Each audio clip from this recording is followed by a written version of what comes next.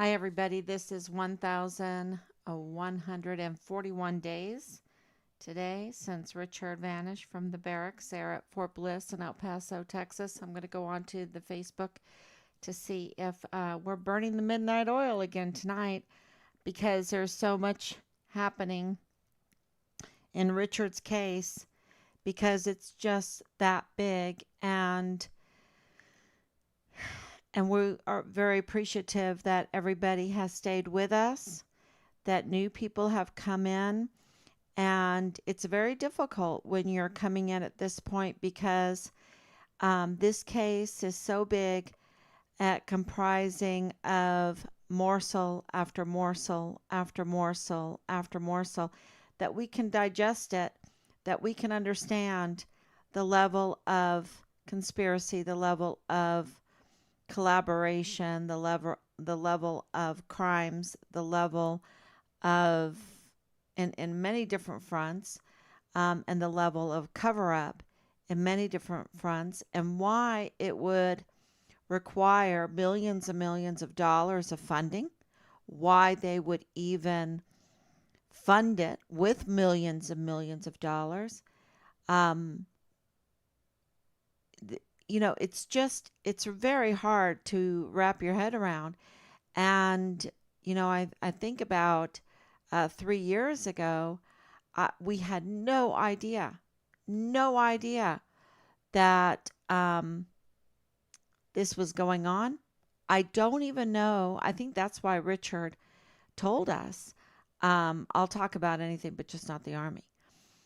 Matter of fact, Rob and I, we were talking about Richard's case and the arrests in July 2020, and we believe that those arrests that that happened that we got news, we got intel that arrests were going on in July 2020, and we think it was at the beginning of 2020, and it really made people upset because it was because of Richard's reporting, Richard's whistleblowing.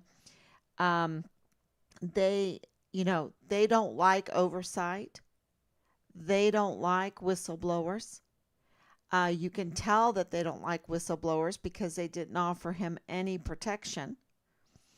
We believe that's why there was a code red to organize, to plan, to do an op-ord, uh, a premeditated murder of Richard. We believe that at this point with the morsels and morsels and morsels. Now, for the new person coming in, they hear that they're like, "What? Our government wouldn't do that," and they haven't heard about Leilani Hart, right? They haven't heard about Leilani Hart. They haven't heard about um, that whole situation, and it gets even better.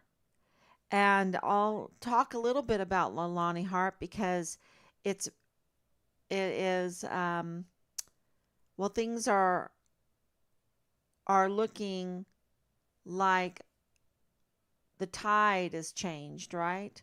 Um, Something is happening because when she had institutional support, she felt brazen. Um, she could say to people, she could brag to people, I'm controlling CID. It's almost like she was a CID intern, inside there or whatever. Um, but we know that she was having an affair with the CID special agent, Tavita Nusa. We know that. And we've even asked the El Paso Police Department, who we believe we were told received a complaint about Leilani Hart, received probably many complaints about Leilani Hart. We don't know. They need to answer us. Um, but she seems to have institutional support. But I think that's changing because today we got two messages added on to the message that we just received 2 days ago that an agency was looking into Leilani Hart. And now we have two more agencies to, so the tide is changing where once the institutional support was there protecting a convicted criminal. And you heard me right. If you're just coming in, Leilani Hart is a convicted criminal. And the CID didn't tell us that. Didn't tell us that she was accessing um, the files, even though she wasn't authorized to access files, but she was having an affair with Special Agent Tavita Nusa. Um, so there's so many conflicts of interest there. And why would she want Richard's file? And why would she file a notarized criminal complaint affidavit um, on the 22nd of July, 2020? You see, um, we believe that these arrests that happened and the call to retaliate against Richard all happened in that beginning of July. And so, because it does take a few days to put together a notarized criminal complaint affidavit, it seemed to be in a little bit of a rush, but she had it notarized on the 22nd of July, 2020. So I don't know if she was trying to get that institutional support as a whistleblower, because that's what that is. It's a confession. But in that confession, she admits to committing crimes herself with not reporting in a timely manner and the possession of child pornography and more and more. And so, just having a son that is in an incestuous relationship as a military officer right there on Fort Bliss, having illegal weapons, being in possession of illegal weapons, which we're in the process of determining where those come from, which is really interesting, because this is so big, morsel by morsel. It will make your head spin if you're coming in, but stick with us. Stick with us because our service members depend on you. They really do. There's something going on in the military where things have just clogged up. Things are just botched. Our son's investigation is so botched that I want to make sure I'm on here. Yeah, there I am. Yeah. Our son's case is so botched. And the really sad news about that is that it's not the only one. So many of the cases are botched. And if you talk to family members, you might say, oh, they're over exaggerating, whatever, a couple families here or whatever. But every family that we have talked to, every family, I haven't heard one family say, yes, we got justice. Yes, we feel like we got justice and that the system really worked well. And no, they all say what is going on. Somebody is being protected. And, they all feel like their cases are not being handled properly.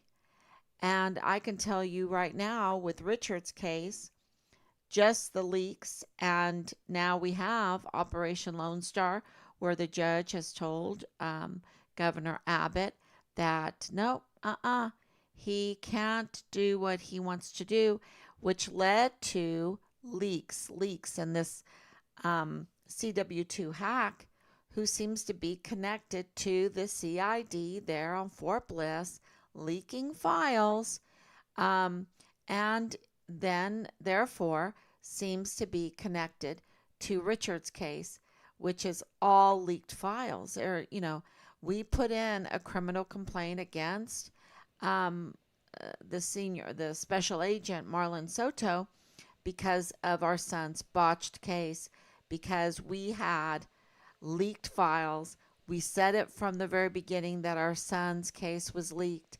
And, you know, Leilani Hart was uh, getting information from the CID through these leaked files that she was apparently had to be getting from Tavita Nusa, who, by the way, has lost his badge, is no longer in the Army, which is, it seems like they're all out of there. Even Judge Robert Shook, as soon as we wrote consistently for an open records request about our own case, including our son's case, about our own probable cause affidavit for a search warrant for our house using a fugitive apprehension unit, which is an assault unit on our house, and not providing a warrant. We found out that there's no warrant. Uh, this is, like I said, has so many fronts to it that we thank you for sticking with us. But this has um, morphed into not just our son's case, right? It's our case also, and so now it's touching every area of Fort Bliss, and I'm sure that spills out into El Paso. I'm sure it does, right? Because we just got information about the Shadow Mountain Lakes, or is it Mountain Shadow Lakes? Um, the Patriot Mountain Shadow Lakes with Tony Lang. We've reached out to Tony Lang on this live stream and said, please contact us. Maybe you know something. Maybe you know Jay Paulin.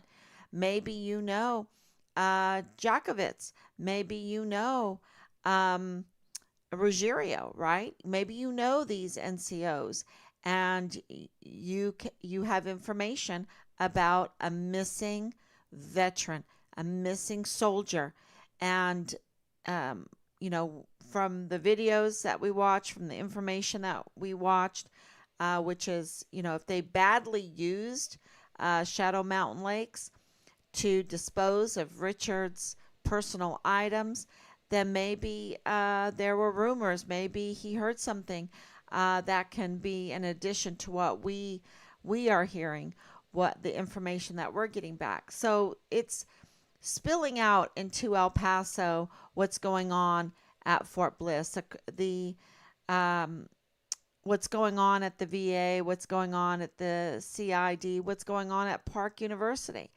And that's why Major General Eisenhower needs to know that he was conned, right? That he was conned, and we appreciate his help, and we're so glad that he contacted us today. And this is another aspect or another positive note about institutional help, institutional support. And we're giving him the evidence, you see, and then you get accountability. And that evidence is that Leilani Hart is a convicted criminal, has a long history of cases and complaints about her harassment. And we know we have been harassed. We know that there's been a group of people that have done everything they can to followers. And watch out, when you're following us, you might get a call and they might say, oh, that Halliday family, they're hiding their son or something. That it's not the case. We're at over 3 years. We have uncovered so much, from the canines to the military police to Anthony Swafford, right? We put in a criminal complaint against him because of the guard mount. He's telling, don't look for Richard. He's and conducting a smear campaign on him, which is, who are these people? This is a missing soldier, right? You go to the guard mount, you go to the military police guard mount, and you're talking to the military police that are on shift, and you say, we have a missing soldier. This is what he looks like. This is where he was last seen. This is what he was wearing. This is where he might be. Da da da da da. That's what you do. You don't conduct a smear campaign and then go onto social media and say, and say, why are you helping this family look for their son? I mean, that's crazy. That's crazy.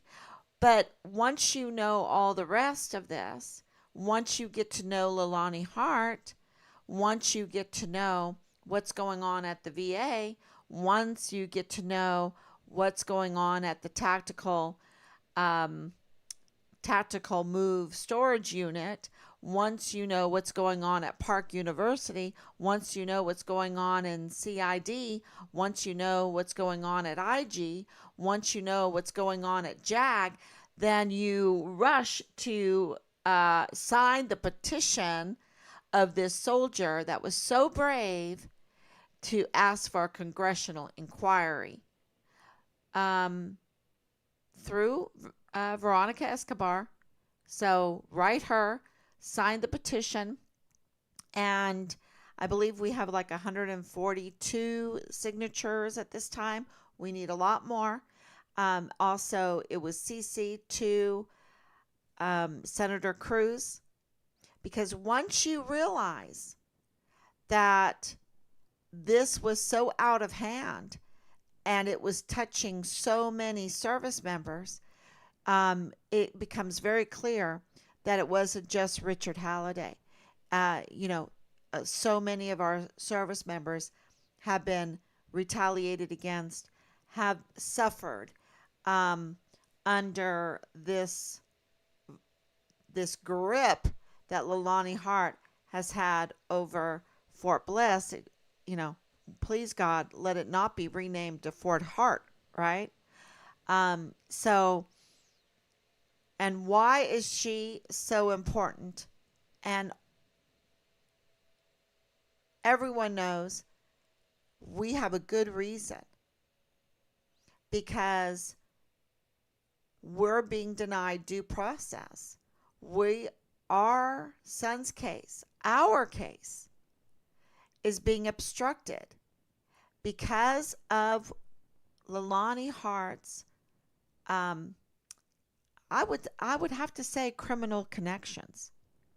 And that would have to, at this point, knowing what we know and getting no response back from Miss Angela Kucherga, getting no response back from Bob Moore, getting no response back from KTEP or El Paso Matters for what they've done in interfering with our son's case, not issuing any kind of apology, not even featuring a little snippet about Find Richard Halliday, and yet creating a big article and leaving it there on Leilani Hart's lies, on false testimony to authorities, false testimony to a media platform that forgot, overlooked, was negligent in their duty to do a basic background check. Because, when you are an investigative reporter, you have those tools, especially when you're funded, right? And you have a tax-free status. You have the means to do a basic background check, right? And they didn't. They failed.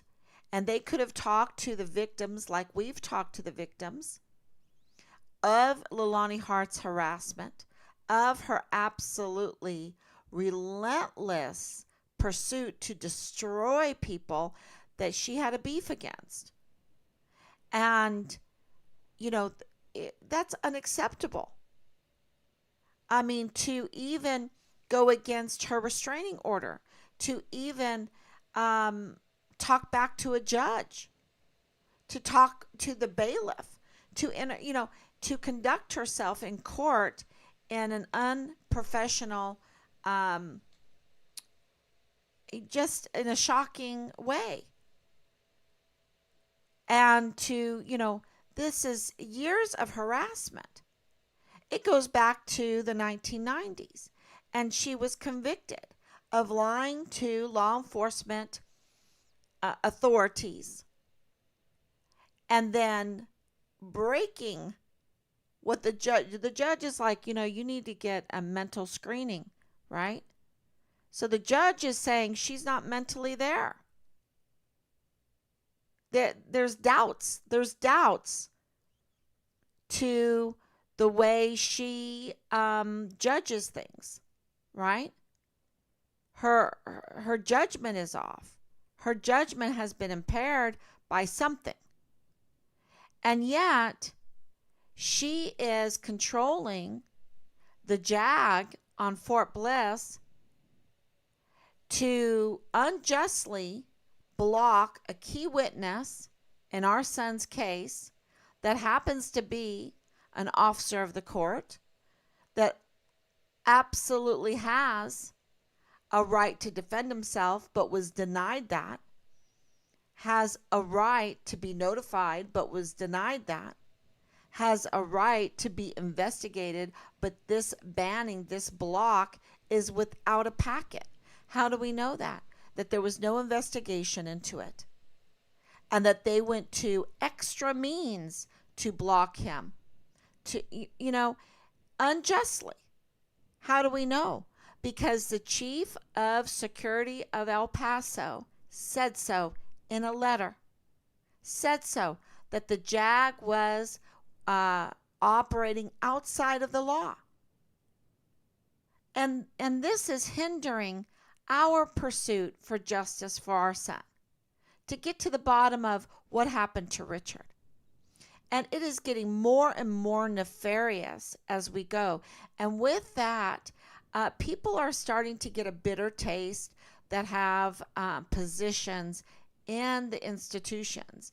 And because they're starting to get a very bitter taste, they're starting to shift their support. They're starting to look into what's going on. It's like an epiphany. An epiphany is going on, and they're starting to realize, wait a minute. It is true. It is true that this woman, Leilani Hart, whatever her name is, Iolanthia, Lolanthia, Lorian, and her last name and where she belongs to and whatever, that, she has a questionable immigration status. She has a questionable identity. She has a criminal history. She is a convicted criminal. She has a lot of people filing harassment claims against her. So wait a minute. Maybe we need to look into her. And so we did get confirmation that she's being looked into. And maybe her judgment has,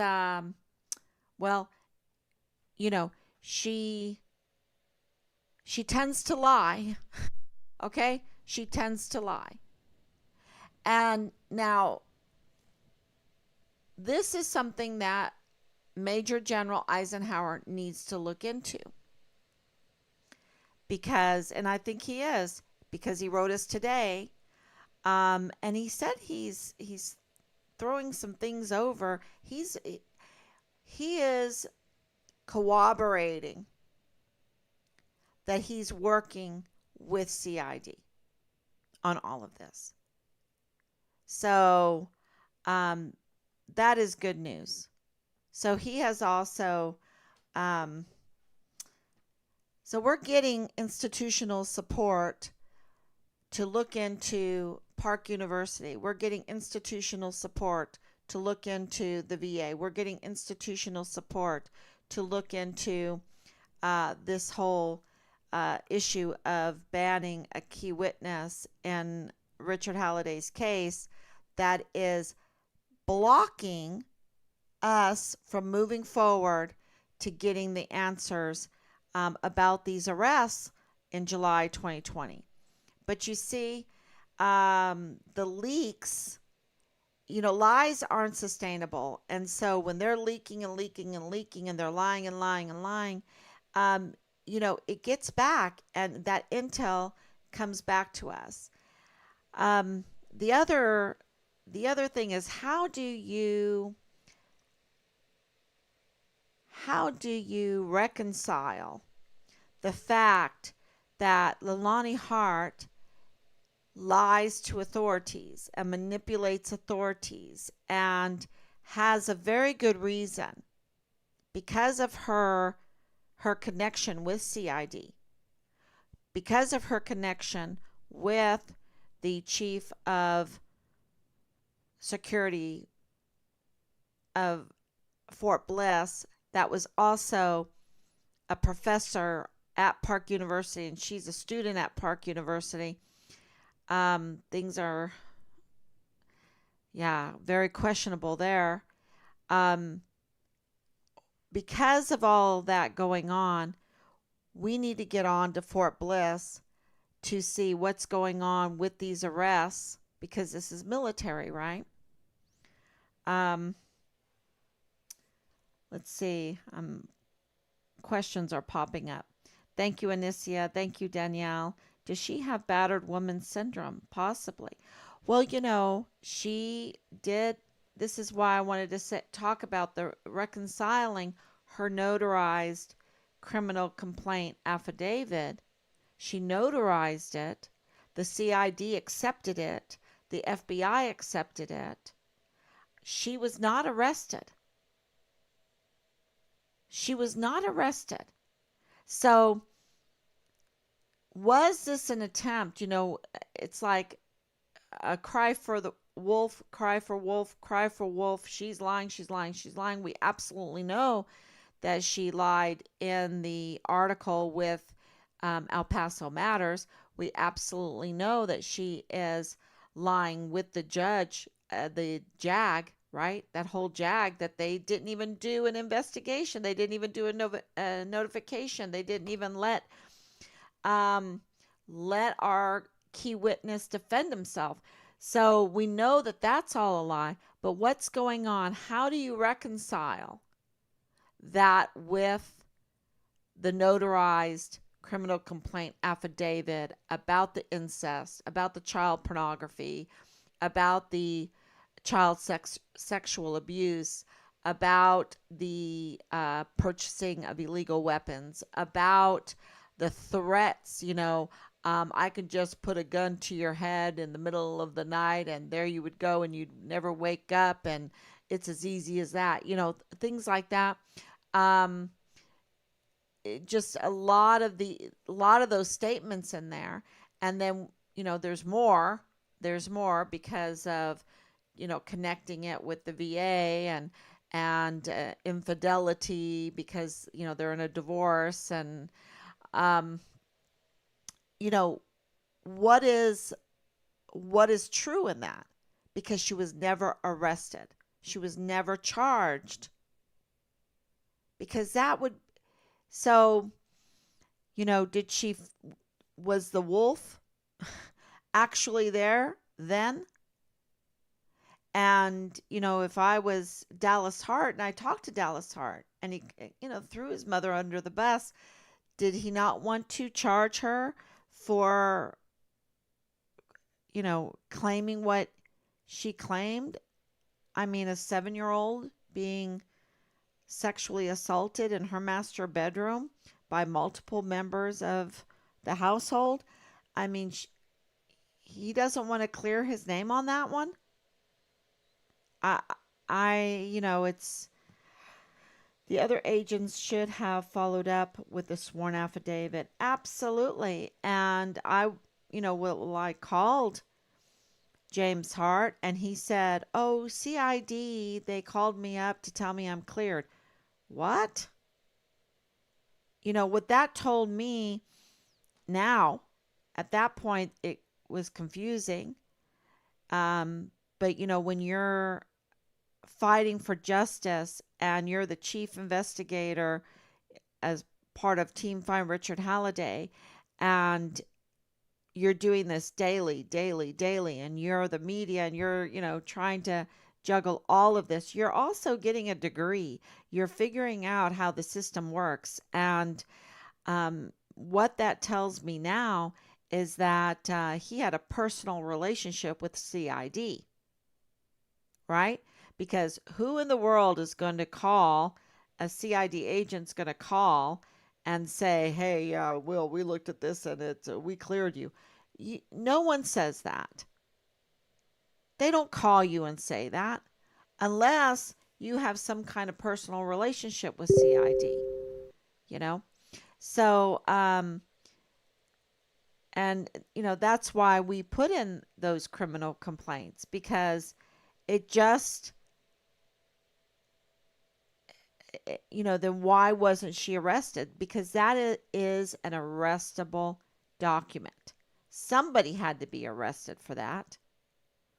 And, it just didn't make sense to us. And it's very important to this case. It's not that I'm elaborating on it for nothing, for just to be mean. It's because it's part of our son's file, right? It's part of our son's file.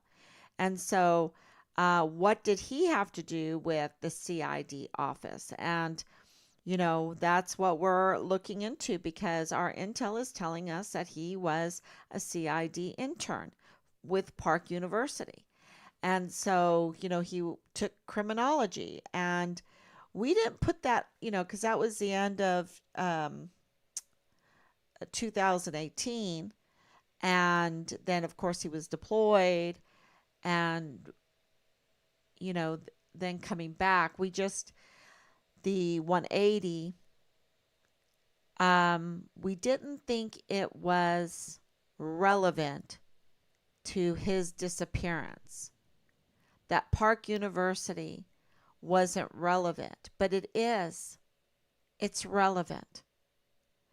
And the fact that Park University hasn't addressed this speaks volumes too, right? They should be on this for the sake of every service member.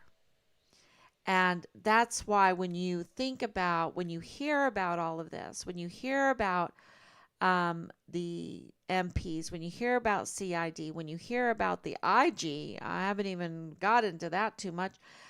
Just real quick, remember that Lieutenant General Donna Martin is in charge of IG right now, right? She was CID, now she's IG. The lady that came to the fake stage Task Force Find Richard Halliday meeting out of uniform, put a chair in the middle of the room, led the meeting out of uniform without an op board, and sat like an Indian and said, well, I want to hear about Richard. Yeah. She's in charge of IG. It's, I think we have a problem with unqualified people being in situation or being in positions that they can't maneuver in, that they're not qualified for. They are not qualified to be in these positions. That's, and you'd say, Pat, you can't say that because you need her help in the IG. Yeah, I do need her help. And we're getting institutional support and we're giving them the evidence. But you see, by playing their game all the time, they can just wind you up and make you like a hamster going around and around in that wheel. And what we've had to do is get real evidence, because you see, I love math. You have institutional support plus evidence equals the accountability, right? What comes first? The institutional support or the evidence? Does the evidence come first and then the institutional support? You can do that too. So we have been gathering evidence after evidence after evidence, and this the institutional support will join us there, and we'll get the same result, the accountability. That's the beauty of math. You can do 1 plus 2 equals 3 or 2 plus 1 equals 3, and you're still going to get the accountability. And so we're, just giving them everything we have, evidence after evidence after evidence. And, so I don't know how Major General Eisenhower is doing. And so to me right now, we need media to call him up and inquire, how are you doing with this? How are you doing? There is so much evidence that Leilani Hart is not credible. And all of the service members know it. They know it. They're watching you. They're watching Major General Eisenhower right now, from a private all the way up. They're watching. And every last one of them can understand that Leilani Hart is not credible. If she makes accusations, but she didn't call the police, she didn't even call a friend, she has no forensic evidence to support her claims, and then she has a long history of harassment and lying to law enforcement authorities, what's JAG waiting on? What's Major General Eisenhower waiting on? Haven't they finally decided to give a notification out? Haven't they decided to let our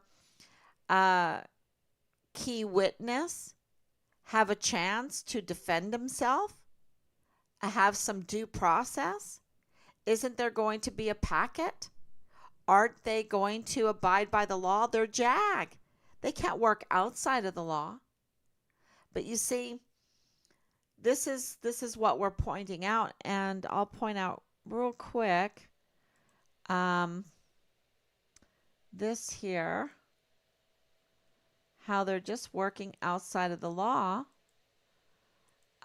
This was an article that, thank you so much, Team Find Richard Halliday, for sending me this, and it's really well worth. This is from El Paso Inc. The price of justice. How much will Walmart gunman defense cost? And the shocking thing about this article is it really reveals that, there's like some kind of gravy train going on, right? A gravy train, because Joe Spencer, this is Joe Spencer, he is, he's the prosecutor, right?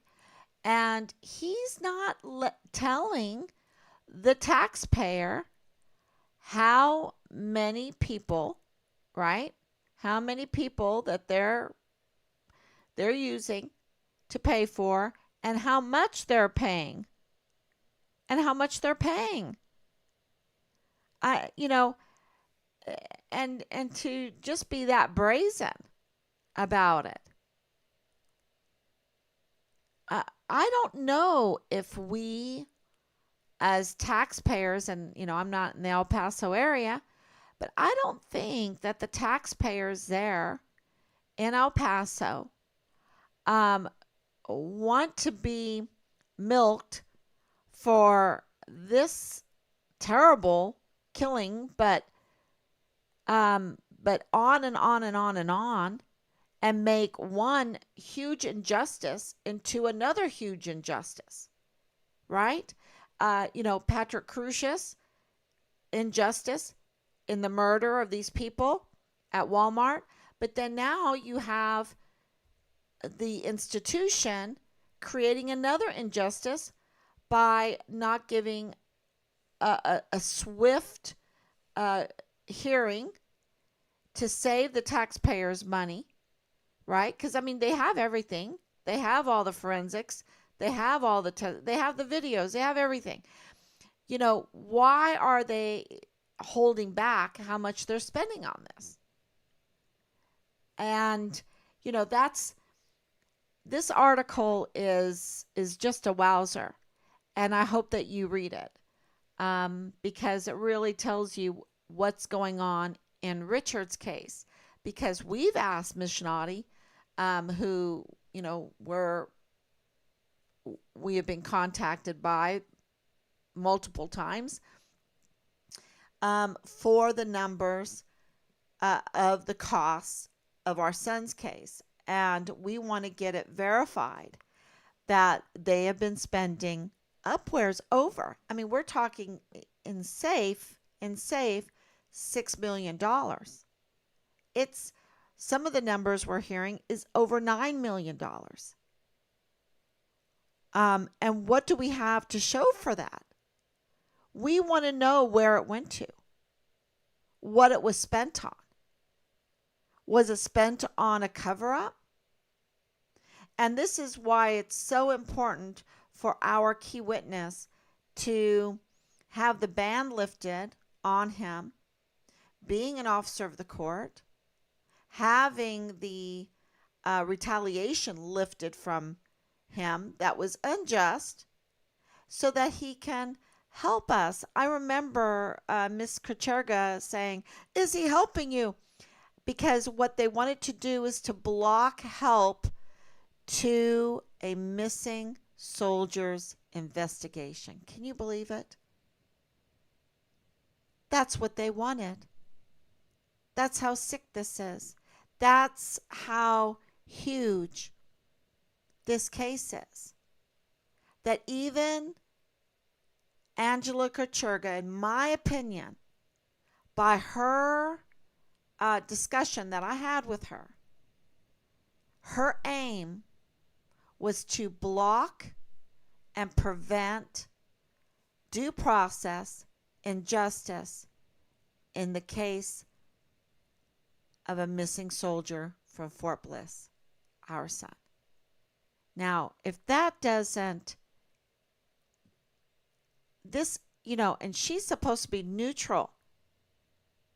El Paso Matters is supposed to be neutral. Please write them.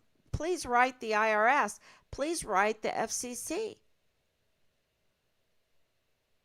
Because that's exactly what happened there.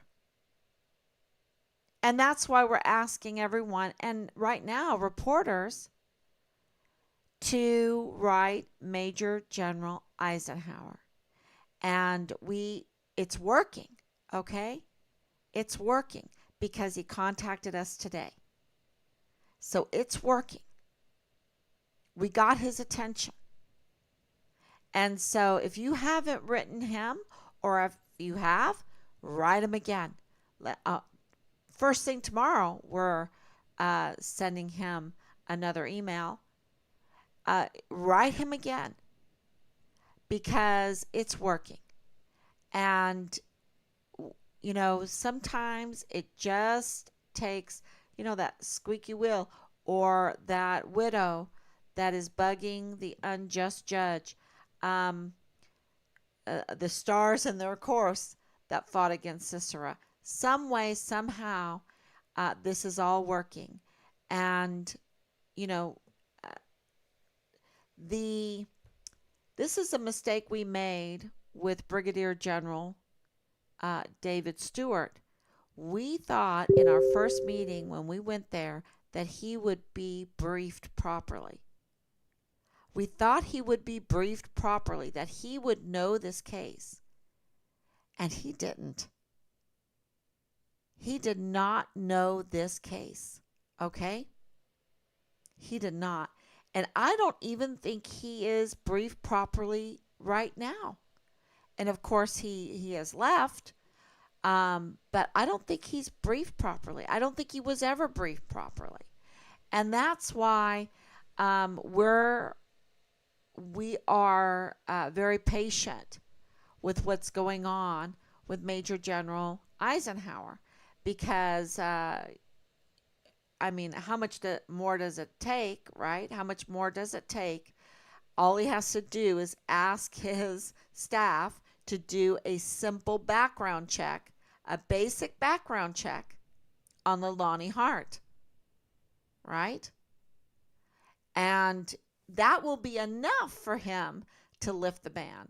He can also go to Find Richard Halliday, where I have posted up the article from El Paso Matters that I dissected. We dissected it at home, took it apart to scrutinize it, right? And let me tell you, Lilani Hart came up wanting. There was nothing in there to prove anything of her allegations. And I posted the article and how it was scrutinized. Um, Major General Eisenhower, matter of fact, I probably should send him that. Matter of fact, I will. I think I sent it to, who did I send it? I will. I will send it to him. I will send it to him again to remind him if I did send it, but I know I posted it. I have it. And I think that that is really important. With your letters, that would be even better. Even better. He needs to know what the El Paso community, what the Fort Bliss community knows. And from what we have heard, Lilani Hart turned Hawaii into chaos. Turned that post into chaos. They had to move her around everywhere. All right. And she was active duty at the time. Active duty, harassing people, becoming a convicted criminal. It all happened while she was on active duty. So I think a simple background check, a few simple phone calls, I'm sure that these service members, because these were service members too, all right? So she's harassing service members. And how are you Army ready? How can you be a fighting force if you have no esprit de corps? When there's just chaos, when there's no, I've got your six, right? When there's no leave no soldier behind, when there's no army of one. Why do you think we have those slogans? Because that's what it takes to have an efficient fighting force. And nothing is better than a fighting force that loves their home, that loves their home, loves their people. There's no better fighting force. And Team Find Richard Halliday, we love Richard. And so I believe that the patience, the resilience, because we've been put through hell, y'all, is a testimony to how much we love him, God's grace, God's faithfulness to keep us going, to uncover on our own, practically on our own with Team Find Richard Halliday, so much evidence so that we can get finally the institutional support so that we can get the accountability. I hope that makes sense. But that's what's been happening. It's not like we thought at the beginning that we would just get the institutional support and they would get the evidence to get the accountability. That's not how it went. And we got a good education out of this. You've got to have the evidence. And We've got it. We've got it piled high. And I've released today um, some breaking news that we want clarification on, and that is, does Amber Chase work right there in the same office, or maybe in the next office, or right there in the same section, or whatever, in the VA with James Hart? That explains a lot, and we need some clarification on that because that's what our intel is telling us. And so I didn't receive any phone messages. I know the other day, um, that was very quick action to get a phone message. But today, with what I posted, there wasn't any. And yeah, I think that is really telling. We'll see. We'll see.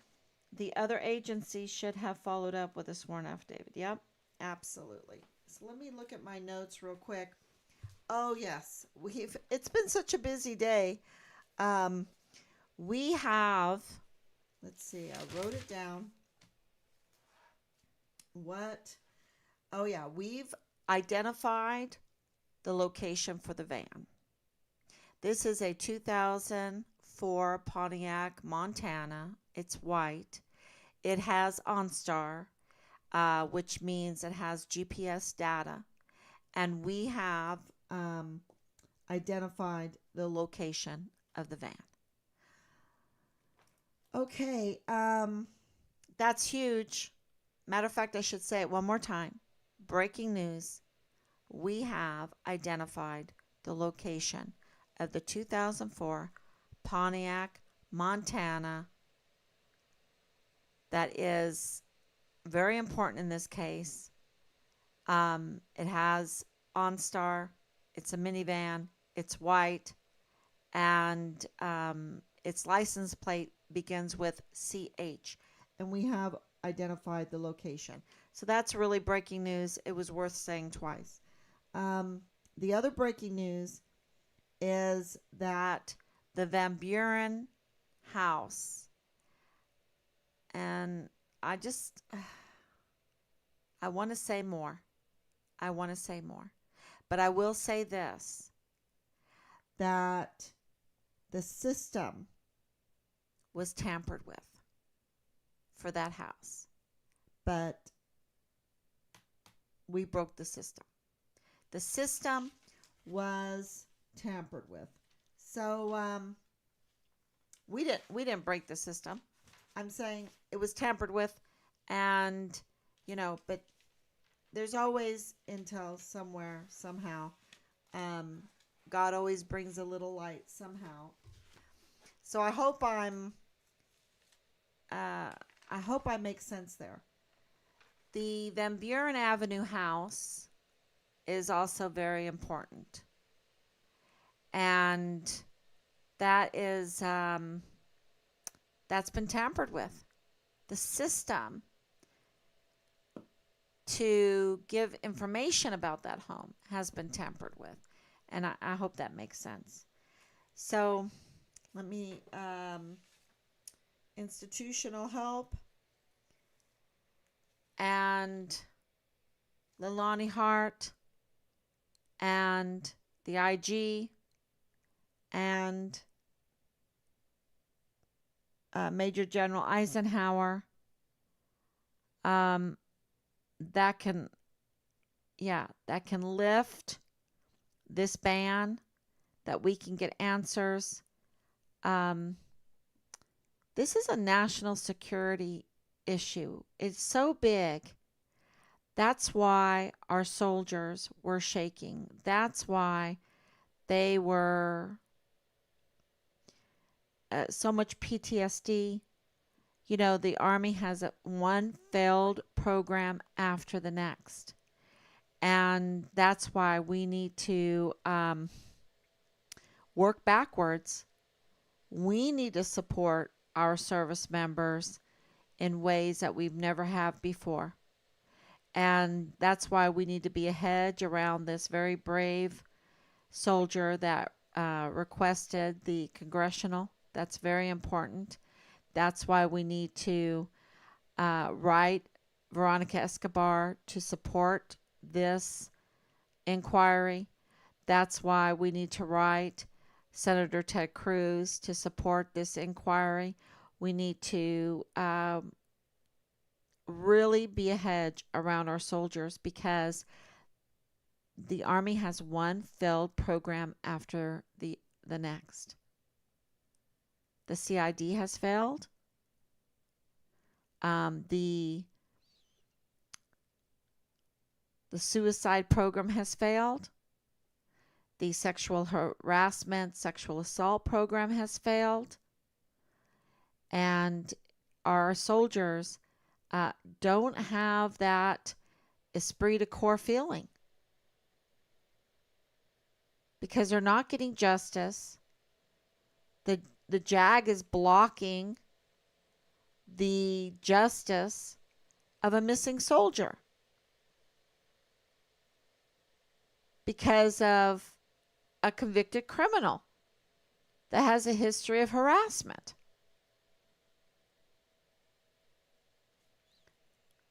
And, confessed to felony crimes. So that's why we're burning the midnight oil. Thank you, everyone, so much. Thank you, Anicia. Thank you, Danielle.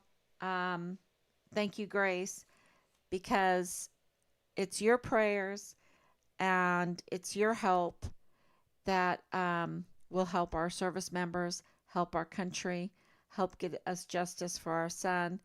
And, who knows, if you haven't watched iPencil, it's still on YouTube. Just put in iPencil.